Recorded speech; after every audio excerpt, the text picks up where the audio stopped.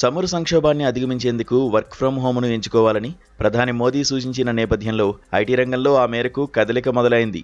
Petrol, diesel వినియోగాన్ని తగ్గించడం, ఉద్యోగుల రాకపోకలను నియంత్రించడం లక్ష్యంగా ఐటీ కంపెనీలు పలు చర్యలు తీసుకుంటున్నట్లు నాస్కామ్ ప్రకటించింది. హైబ్రిడ్, రిమోట్ వర్క్ విధానాలను విస్తృతం చేస్తున్నట్లు తెలిపింది. ఈ మేరకు ఒక ప్రకటన విడుదల చేసింది. నిరంతరం మారుతున్న భౌగోళిక రాజకీయ సంక్షోభాన్ని దృష్టిలో ఉంచుకుని కేంద్ర ప్రభుత్వంతో నిరంతరం సంప్రదింపులు జరుపుతున్నట్లు వెల్లడించింది. కంపెనీలు ఇప్పటికే క్యాంపస్ల్లో విద్యుత్ వినియోగాన్ని తగ్గించే చర్యలు చేపట్టాయని పేర్కొంది.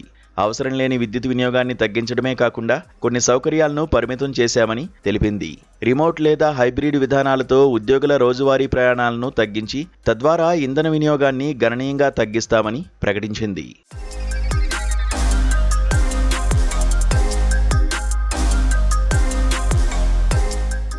హైదరాబాద్, బెంగళూరు, పూణే, చెన్నై, గురుగ్రామ్ లాంటి ఐటీ హబ్లలో లక్షలాది మంది ఉద్యోగులు రోజువారీ వ్యక్తిగత వాహనాల్లో ప్రయాణిస్తుండటంతో భారీ స్థాయిలో పెట్రోల్, డీజిల్ వినియోగం జరుగుతోంది.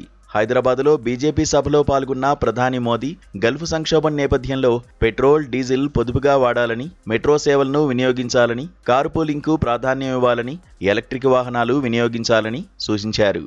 కోవిడ్ సమయంలో అలవాటు పడిన వర్క్ ఫ్రం హోమ్, వర్చువల్ మీటింగులు, వీడియో కాన్ఫరెన్సింగ్లను మళ్లీ విస్తృతంగా అమలు చేయాల్సిన సమయం వచ్చిందని చెప్పారు. 2020లో కోవిడ్ సమస్య వచ్చినప్పుడు మొత్తం ఐటీ రంగం వర్క్ ఫ్రం హోమ్కు మారింది. తర్వాత 3 ఏళ్ల పాటు హైబ్రిడ్ విధానమే కొనసాగింది. గతేడాది నుంచే కంపెనీలు ఉద్యోగులను కార్యాలయాలకు రావాలని ఒత్తిడి చేస్తున్నాయి.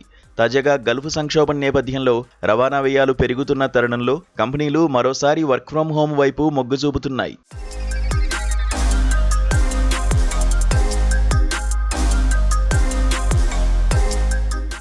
భారీ క్యాంపస్లు నిర్వహించే కంపెనీలు విద్యుత్, డీజిల్ జనరేటర్ వినియోగం, ఉద్యోగుల ట్రాన్స్పోర్ట్ ఖర్చులను తగ్గించే ప్రయత్నం చేస్తున్నాయి.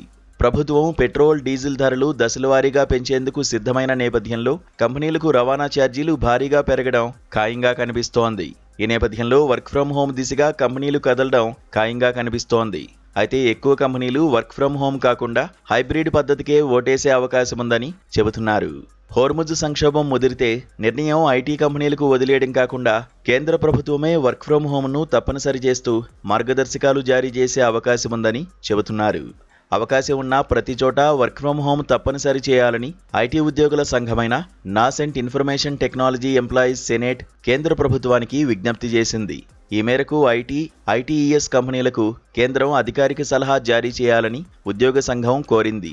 మరి కేంద్రం ఎలాంటి నిర్ణయం తీసుకుంటుందో చూడాలి.